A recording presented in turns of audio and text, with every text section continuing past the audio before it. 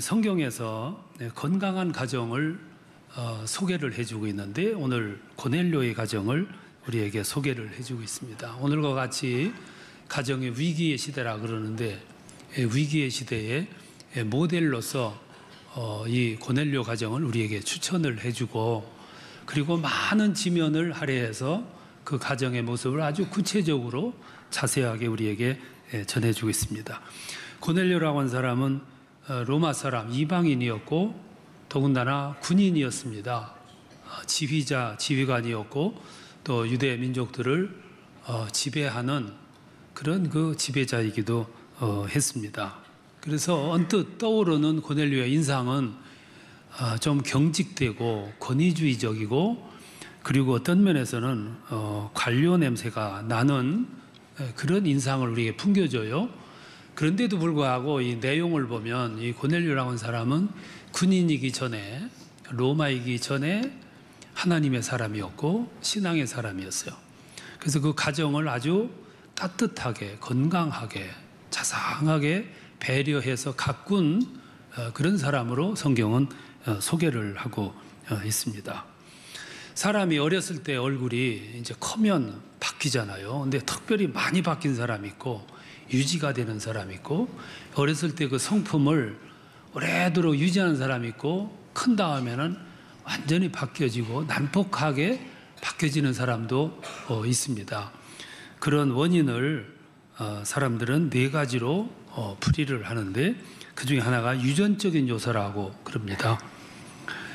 부모의 성격이나 개성이나 또 부모가 가지고 있는 생활, 습관, 인격들이 자라나는 아이들에게 오래도록 영향을 미치는 거예요. 그리고 마음속에, 지성 속에, 감정 속에 상당히 많은 영향을 미쳐줍니다. 예를 들면 부모가 좋아하는 음식을 아이들이 먹어요. 그럼 아이들도 부모가 좋아하는 음식을 어렸을 때 먹었기 때문에 커서도 굉장히 좋아하는 거죠.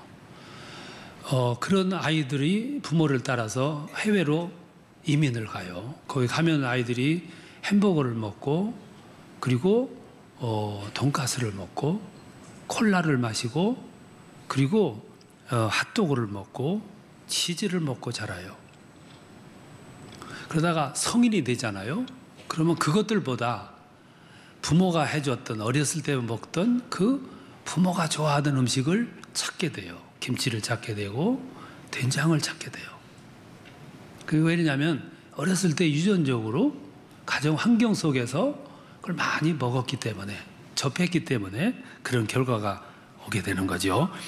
만일 그런데 그런 것들이 영향이 커서 이렇게 나타나는데 어렸을 때 아주 좋지 않은 환경에서 자랐다고 생각을 하면 성장해서 어떤 결과가 주어질 건가? 이거는 아동학자들이 너무 많이 얘기를 했어요. 아주 중요한 거라고 더 많이 했어요. 그래서 아이들이 어려서부터 신앙생활 하는 것이 그렇게 중요하다는 거죠. 어렸을 때 가졌던 그 심성이, 그 문화가, 그 환경이 성장해서도 그대로 나타난다는 거죠. 유전적인 요소고 또 하나는 환경적인 요소예요.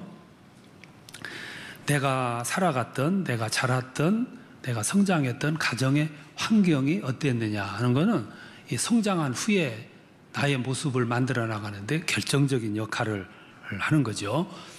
어린아이가 컸어요. 그래서 어린아이 시절에 기억나는 게 뭐냐 하면은 나는 우리 부모님이 매일같이 싸우는 것밖에는 기억이 없어요.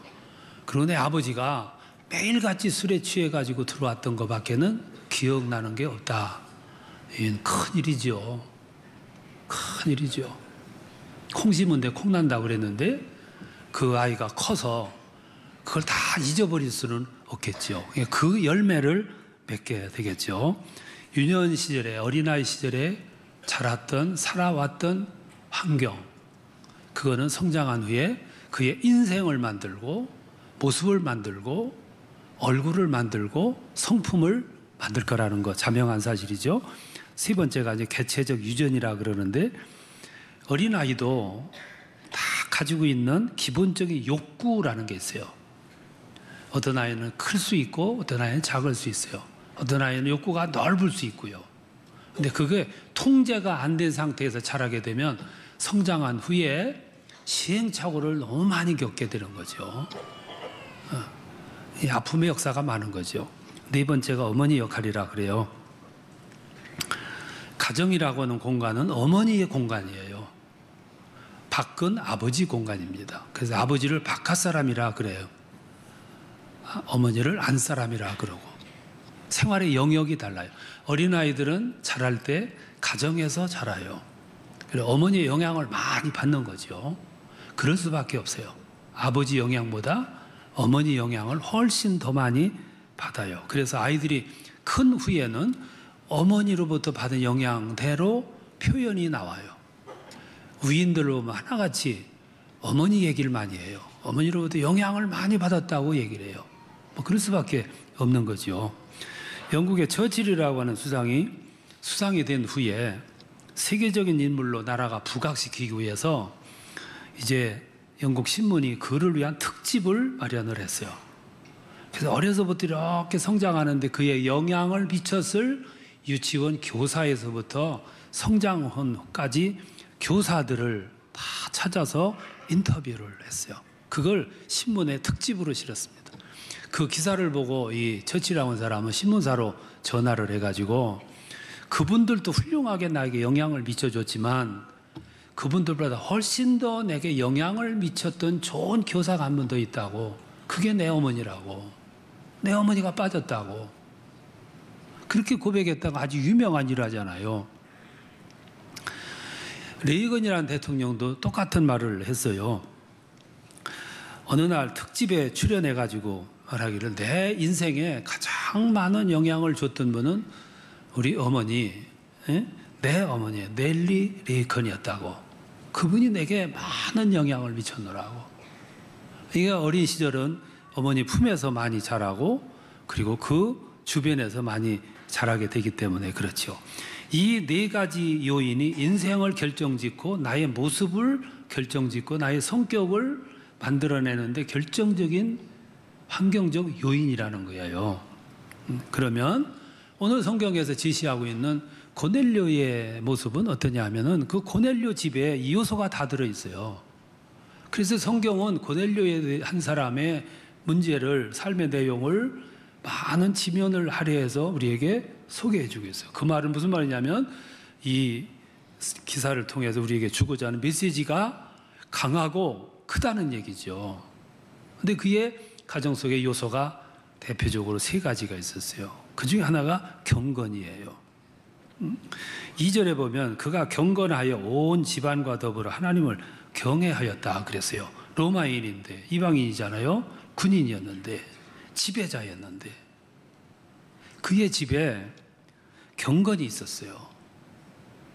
좀 어울리진 않죠? 이방인의 집에, 군인의 집에, 지배자의 집에 경건이 있었다는 거예요. 그리고 하나님을 경외하였다. 나뿐 아니고 온 가족, 종들도 노예들도 부하들도 같이 그 집에 온 집의 공기가 문화가 분위기가 경건으로 이렇게 드리워졌다 이 말씀이야. 그래서 그 경건을 마시며 숨쉬며 보며 느끼며 살았다는 거죠. 놀라운 일이죠. 경건은 가정의 필수적인 요소입니다. 그래서 모든 가족이 그거를 머금고 살아야 돼. 필수적인 요인이에요. 오늘은 경건이 상실된 시대예요. 가정에도 경건이 없어요. 가정에 달력들을 이렇게 벽에다 붙이고 있는데 달력의 그림이 뭔가도 우리가 알아봐야 돼. 술집에서 발행한 카렌다는 거 그림이 좀 야해. 별거 아닌 것 같은데 그걸 바라보면서 우리가 느끼는 이 받는 인상이 강한 거예요. 거기에서부터 주어지고 받는 메시지가 강하다 이 말씀이야. 그 말은 경건한 사진 하나가 내게 주는 메시지도 암시도 강하다는 똑같은 논리 되겠죠. 아이들이 어려서부터 TV를 봐요. TV는 아이들 문화가 별로 없어요. 그리고 어린이 프로에 대해서 오늘 아이들은 관심이 없어요. 어른들 프로를 봐요. 쇼 프로를 보고 오락 프로를 봐요. 그래서 아이들이 어려서부터 어른들이 부르는 노래를 불러요. 어른들이 추는 춤을 아이들이 아주 익숙하게 춤을 춰요. 그거를 부모들은 부추겨요. 그리고 그걸 보면 박수를 쳐주고 좋아하고. 아이는 통제 없이 그거를 문화를 즐기는 거예요. 어른들이 부르는 유행가를 부르고 어른들이 부르는 트로트 노래를 불러요. 그러니까 아이들 머릿속에 마음속에 동화가 없는 거예요. 동화는 아이들의 마음속에 꿈을 심어주고 정서를 심어주고 그리고 아이들의 심성에 필요한 많은 무지개를 심어주는데 그게 없고 어른들을 노래를 불러. 그러니까 아이들의 과정을 뛰어넘어서 직접 어른의 사고로 들어가는 거예요. 어른의 문화로. 오늘 이게 보통 문제가 아닌 거지요. 아이들이 TV에서 항상 전쟁 영화를 보고 싸움을 봐요. 칼싸움을 보고. 아이들은 뭐 막대기만 있으면 그걸 가지고 칼싸움을 해요. 기계, 장난감, 총을 가지고 그냥 쏴요. 아버지한테도 쏘고 어머니한테도 쏘고 아버지 어머니가 하루에도 수백 발씩 총을 맞아 죽는 거예요. 어떤 어머니는 아이들에게 놀아주기 위해서 실감나게 해주고 막 쏘니까 넘어져줘. 죽었어. 근데 안 일어나는 거예요. 이웃집 엄마가 와서 같이 놀았는데 그 모습을 보고 이상하니까 다가가가지고 아니 왜 안 일어나냐고 어떻게 됐냐고 그러니까 실눈을 뜨면서 하는 얘기가 가만 내버려 두라고 내가 쉴 수 있는 시간이 이 시간밖에 없다고. 그게 여러분의 얘기예요. 아들 둘 셋만 길러보세요. 매일같이 수백 번씩 총을 맞아 죽어. 근데 그런 놀이가 나도 모르는 사이에 내 의식 속에 차곡차곡 쌓이는데 아이들이 포악해지는 거고 시끄러워지는 거고. 태교가 중요하다 그러는데 오늘 우리의 문화는 시끄러워요. 너무너무 시끄러워. 미국의 타임지가 통계를 냈어요. 미국의 기혼 여성 1,000명을 상대로 해가지고 조사를 했어요. 하루에 일과를 무슨 소리를 듣고 사냐 하게 45%가 팝 음악을 듣고 산다고.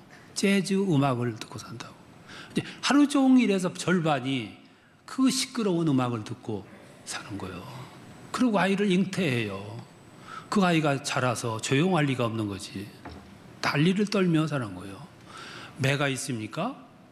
혼내기를 합니까? 벌을 줍니까? 거기다가 먹이는 게 뭐냐면 소젖을 먹이는 거예요. 그 아이가 조용히 있을 리가 없는 거지. 얼마나 시끄럽게 살아나갔어요. 이게 우리들의 모습이에요. 한 어머니가 비탄에 눈물을 흘리며 이런 시를 썼어요. 시도 아니죠. 참회문이지. 나는 아들을 사랑했습니다. 무척이나 사랑했습니다. 근데 그 아이와 많은 시간을 보내지를 못했습니다. 먹고 살기 위해서 돈벌이에 바빴습니다. 버릇 없는 행동을 할 때도 벌도 주지 않았고 매도 들지 않았습니다. 어느 날 아이 옷에서 담배 냄새가 났습니다. 그 순간 나는 그럴 수도 있겠다 이렇게 생각을 했습니다. 어느 날 학교에서 선생님이 나를 불렀습니다. 갔다 와서 그날도 아이에게 아무 말을 안 했습니다. 어느 날 아이가 물건을 훔쳤다는 소식을 들었습니다. 그리고 학교에서 태학을 맞았다는 소리를 들었습니다. 그래서 나는 그 아이에게 주던 용돈을 회수했습니다. 그런데 어느 날 경찰이 찾아왔습니다. 그리고 내 아들을 데리고 갔습니다. 강도짓을 했다는 겁니다. 경찰에 이끌려가는 아이의 뒷모습을 보면서 이제 내 인생은 망했구나 이렇게 생각을 했습니다. 한 어머니의 고백이에요. 얼마든지 있을 수 있는 이야기거든요. 강아지 한 마리를 키우는데도 정성이 들어가고 손길이 들어가야 되는데 화초 하나 기르는데도 수많은 손길이 들어가야 되는데 한 생명을 양육하는데 저절로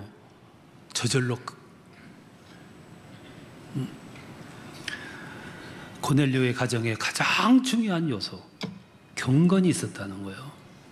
그가 경건하여 온 가족과 더불어 하나님을 경외했다. 가정의 요소예요. 경건은 자라나는 아이들의 심성에 지대한 영향을 미쳐요. 그때는 몰라. 성장한 후에 꽃이 피듯이 때가 됐을 때 꽃이 펴야 되는 거 아니겠어요? 그게 경건의 요소. 두 번째 요소가 뭐냐면 기도였어요. 2절에 보면 고넬료가 하나님께 항상 기도했다고 그랬어요. 고넬료는 기도하는 사람이었어요. 그 모습이 온 가족에게 상당한 영향을 미쳤을 거예요. 여러분, 기도가 뭡니까? 우리는 기도 이해를 자꾸 뭔가를 달라고 기도하는, 일용할 양식을 달라는 기도로만 생각하기 때문에 기도를 곡해하는 거예요. 기도는 뭐냐면은 환상을 갖는 거예요. 꿈을 갖는 거고, 미래에 대한 희망을 갖는 거고, 기도 속에 우리는 미래에 대한 그림을 그리는 시간이 기도 시간이에요. 여러분들이 어린아이로 해서 기도해 준다면 무슨 기도를 하냐면, 이 아이가 장차 커서 큰 일을 하게 해주세요. 큰 인물 되게 해주세요. 많은 사람들을 위해서 큰 일 하는 사람이 되게 해주세요. 그게 꿈이에요. 환상이고. 기도해 주는 사람은 그 아이에게 꿈을 심어주는 사람이고, 기도를 받는 아이는 꿈을 받는 시간이에요. 그래서 그 꿈을 속으로 가지고 있는 거예요. 꽃 피우는 거지요. 기대를 갖고, 미래에 희망을 갖고, 그리고 바람을 갖는 거지요. 그래서 기도는 꿈이고 환상이고 비전이에요. 기도가 있는 사람은 행복한 거지요. 기대가 있는 거니까. 내 마음에 꿈이 있다는 것처럼 소중한 게 여러분 어디 있어요? 그러니까 성경은 믿음은 바라는 것들의 실상이라고 그랬어요. 마음에 기도가 있는 사람은 이지간한 문제는 별로 의미가 없어요. 그래서 큰 기도가 있고 꿈이 있는 사람, 기대가 있는 사람은 오늘 현재 문제에 대해서 그렇게 집착을 하잖아요. 더 큰 꿈이 있기 때문에, 비전이 있기 때문에. 그럼 꿈을 간직한 사람이 여러분 얼마나 행복하겠어요.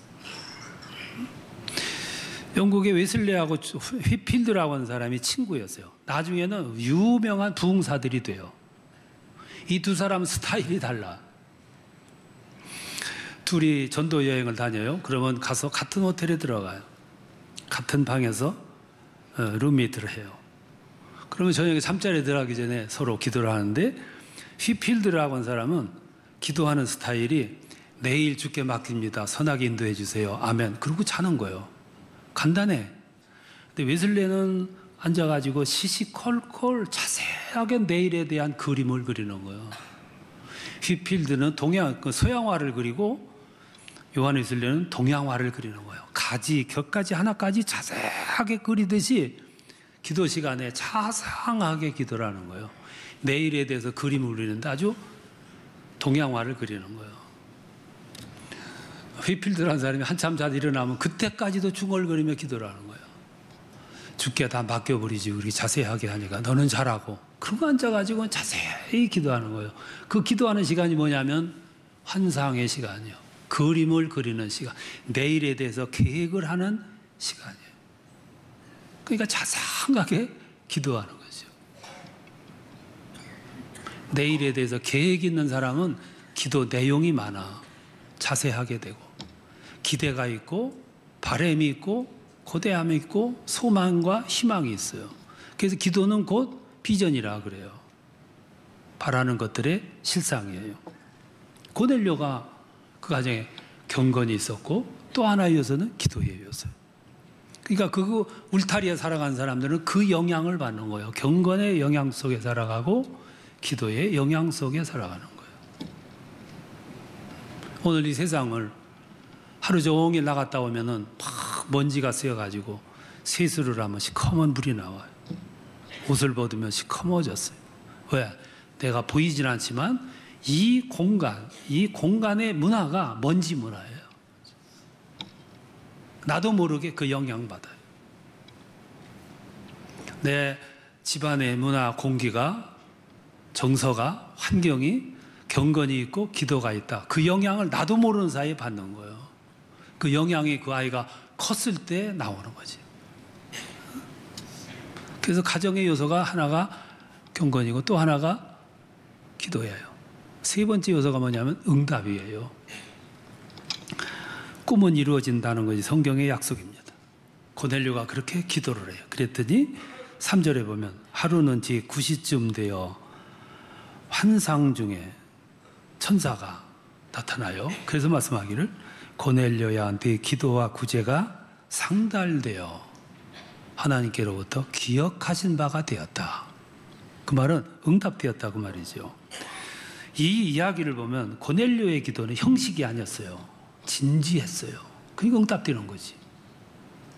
형식적인 기도가 아니고 아주 진지한 기도. 왜? 거기에 경건이 있었기 때문에. 그러니까 응답을 받는 거예요. 그래서 꿈은 반드시 이루어진다는 말이 있잖아요. 오늘 꿈이 없는 사람들이 있어요.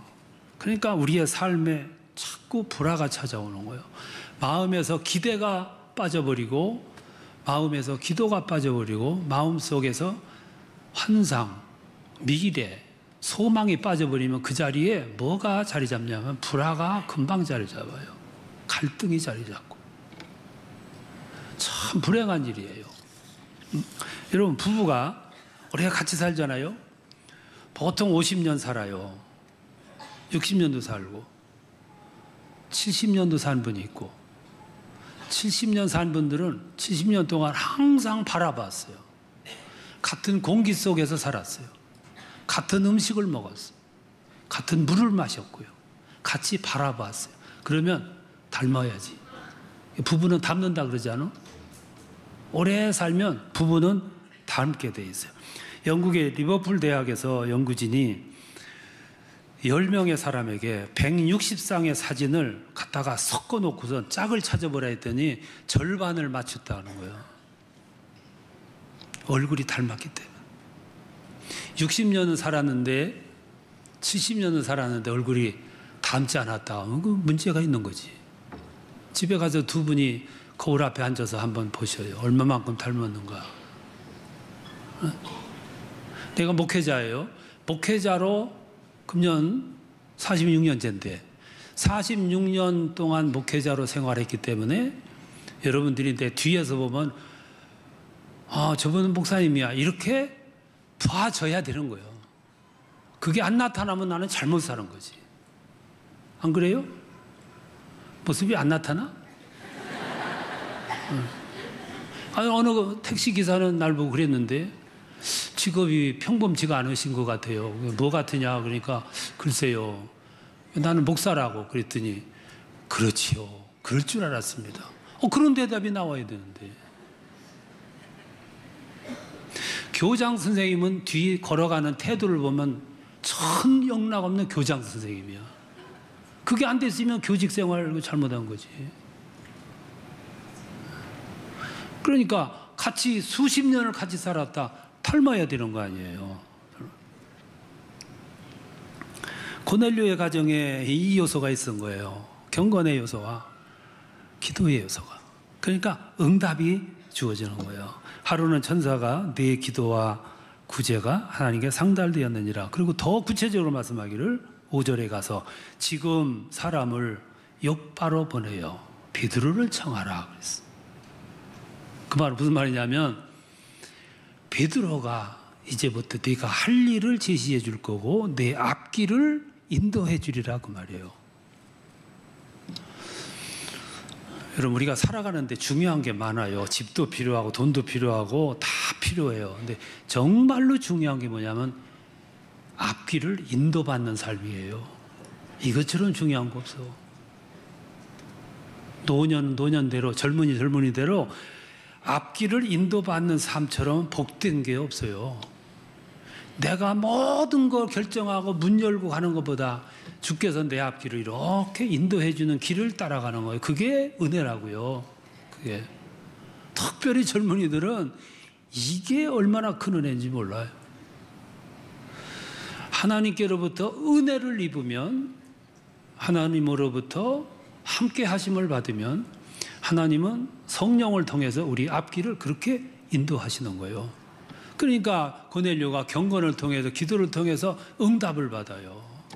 그러니까 저 바닷가에 시몬의 피장의 시몬의 집에 베드로가 있으니까 그를 청하라. 그 말은 그가 이제부터 내 앞길을, 내 길을 인도해 주리라. 얼마나 큰 축복이에요. 우리 자손들에게 큰 집 물려주는 것도 중요하고 돈, 재산 많이 물려주는 것도 중요한데 정말로 중요한 거는 그 아이들과 하나님과 깊은 관계를 맺어져 가지고 그 하나님이 그 자식들의 앞날을 이렇게 인도해 주는 그 은혜를 입게 해주는 것이 제가 볼 때 가정, 부모들이 가장 애써야 할 부분이 아닌가 생각해요. 최고의 복이죠. 그러니까 성경을 보십시오. 고넬료가 로마 사람인데, 이방인인데, 그런데 하나님이 그를 저 로마 전도하는데 고넬료를 사용하시잖아요. 그럴 만한 이유가 경건과 기도와 응답의 생활이에요. 여러분, 가정 속에 오늘 이 시대는 풍부함이 극에 달한 시대예요. 우리 역사상 지금처럼 풍부한 시대가 없었습니다. 풍부가 좋기는 한데 풍부 속에 묻혀 살아가다 보니까 정말로 중요한 걸 잃어버리고 덜 소중한 것 때문에 우리들이 질주하며 살아가고 있는 거예요. 이게 오늘의 우예요. 정말로 물질적인 것에 집착하다 살아보니까 더 중요한 것들을 잊어버리고 상실하고 살아간다 이 말씀이에요. 내가 잃어버렸는데 아이들은 덩달아 잃어버리는 거죠. 아무리 물질적인 것이 풍부할지라도 그보다 더 소중한 것이 있거든요. 그걸 챙기는 거예요. 그걸 물려주는 거죠. 여러분들의 삶을 통해서 그런 역사가 꼭 일어날 수 있기를 축원합니다.